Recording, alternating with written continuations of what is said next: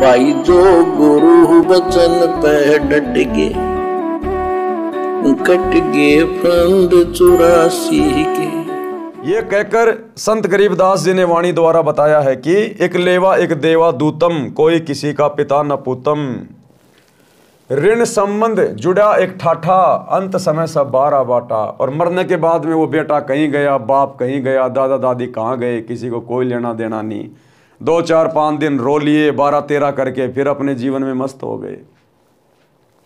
भावार्थ, सुखदेव जी ने कहा कि जो परिवार के सदस्य बेटा बेटी आदि आदि नातों में हैं, वे सब पूर्व जन्मों का ऋण लेने या देने के लिए जुड़े हैं। वास्तव में कोई किसी का पिता पुत्र नहीं है। मृत्यु के उपरांत सब अपने अपने संस्कारवश भिन्न भिन्न स्थानों पर जाकर अन्य शरीर धारण कर लेते हैं, इसलिए कोई किसी का पिता पुत्र नहीं है। हम लोग कहावत सुनते थे कि महाभारत के युद्ध में चक्रव्यूह में जब अभिमन्यु मारा गया तो श्री कृष्ण जी उसको जीवित नहीं कर पाए, अपने भाणजे को श्री कृष्ण जी जीवित नहीं कर पाए।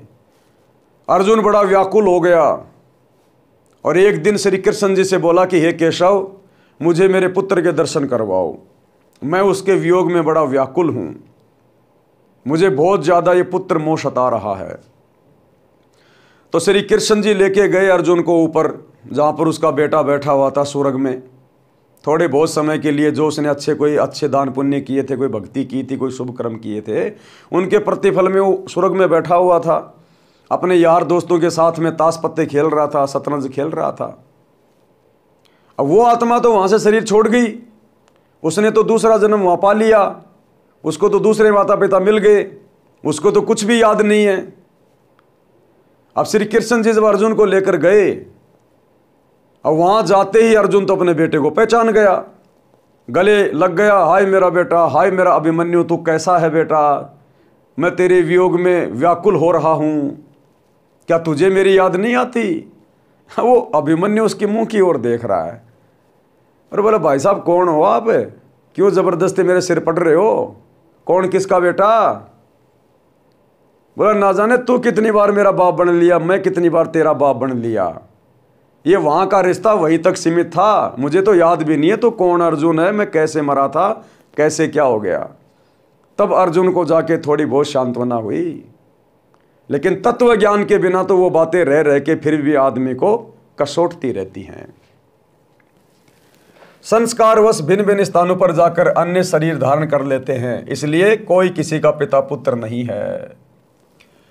पाठकों ने उत्तर किसान के पुत्रों वाली कथा में पढ़ा है कि बड़े भाई ने छोटे मौसी के पुत्र को 8 एकड़ जमीन के लालच में मरवाया, तो वही जीव उसका पुत्र बनकर अपना ऋण लेने जन्मा और अपना हिसाब चूकता करके मर गया। इसलिए कहा है कि एक लेवा यानी ऋण लेने वाला और एक देवा यानी ऋण चुकाने वाला, दूतम, कोई कहूं का पिता नहीं पूतम।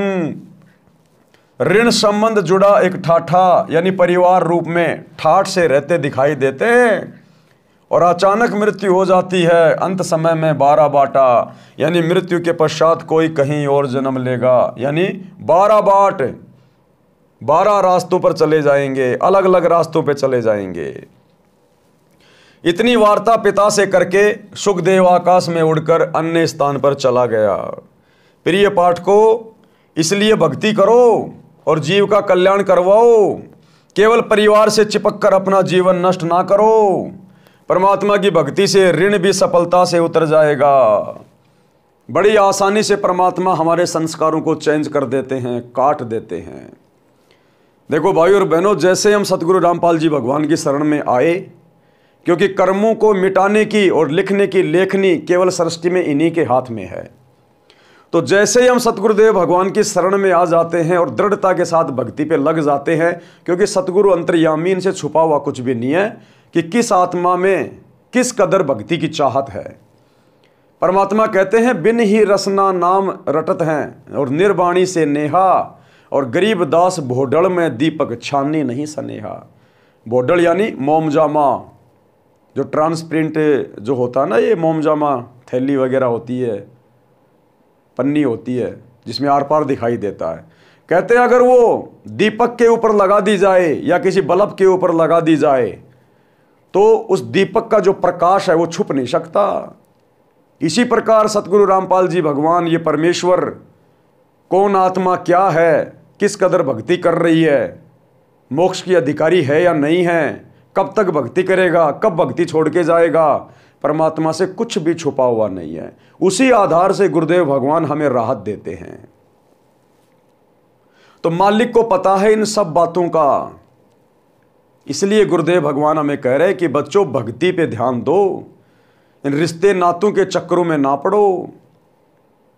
जैसे ही हम गुरुदेव से दीक्षा लेते हैं, परमात्मा हमारा भक्ति भाव देखकर हमारे पिछले सारे संस्कारों को काट देता है और आगे से हमें ज्ञान ऐसा दे देगा, हम नया संस्कार जोड़ेंगे नहीं।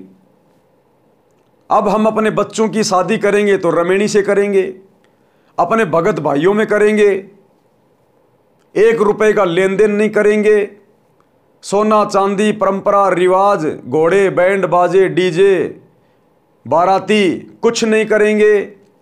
सिंपल कपड़े में हमारी बेटी हमारी बहन जाएगी या दूसरे के घर से आएगी, एक चम्मच भी लेके नहीं आएगी, 2 जोड़ी कपड़े अपने ले आएगी पहनने वाले, नहीं तो उनकी भी आवश्यकता नहीं है। तो हमारा कोई ऋण संबंध चढ़ेगा ही नहीं, कोई बढ़ेगा ही नहीं। हमारा ऋण तो उस समय बढ़ेगा जब हम अपनी बेटी को, अपनी बहन को घर से विदा करते समय दुनिया भर का सोना चांदी दे देंगे, महंगे महंगे उसको कपड़े लाके दे देंगे, शादी का जोड़ा लाके देंगे, हैं, दुनिया भर का दहेज दे देंगे, दामाद को घड़ी लाके देंगे, सोने की चैन सोने की अंगूठी लाके देंगे, मोटरसाइकिल देंगे, बड़ी बड़ी गाड़ी देंगे, तो हमारा ऋण संबंध फिर से जुड़ जाएगा, हम फिर से लेन देन के चक्कर में पड़ जाएंगे। तो वो काम अब गुरुदेव से ये ज्ञान लेने के बाद हम करेंगे नहीं, तो हमारे आगे फिर ऋण संबंध बनेंगे नहीं। ऋण संबंध नहीं बनेंगे तो हम काल की तरफ से मुक्त हो जाएंगे, और मुक्त हो गए तो हमारा मोक्ष हो जाएगा, और पिछले संस्कार गुरुदेव हमारे भस्म कर देगा। लेखनी इनके हाथ में है। तो इस प्रकार से भाइयों और बहनों हमारा यहाँ से पीछा छूटेगा। इसलिए गुरुदेव का यही प्रयास है कि हम किसी भी प्रकार के ऋण संबंधों में ना बंधें, ना जुड़ें, फालतू में किसी के साथ लेन देन ना करें, किसी की चोरी ठगी ना करें, रिश्वत ना लें, किसी की औरत पर या किसी के धन पर गंदी नीयत ना रखें, अन्यथा फिर से हमारे संस्कार जुड़ने शुरू हो जाएंगे। जो गुरु बचन पे डट के कट गए फंद 84 के, कट गए फंद 84 के, कट गए फंद 84 के।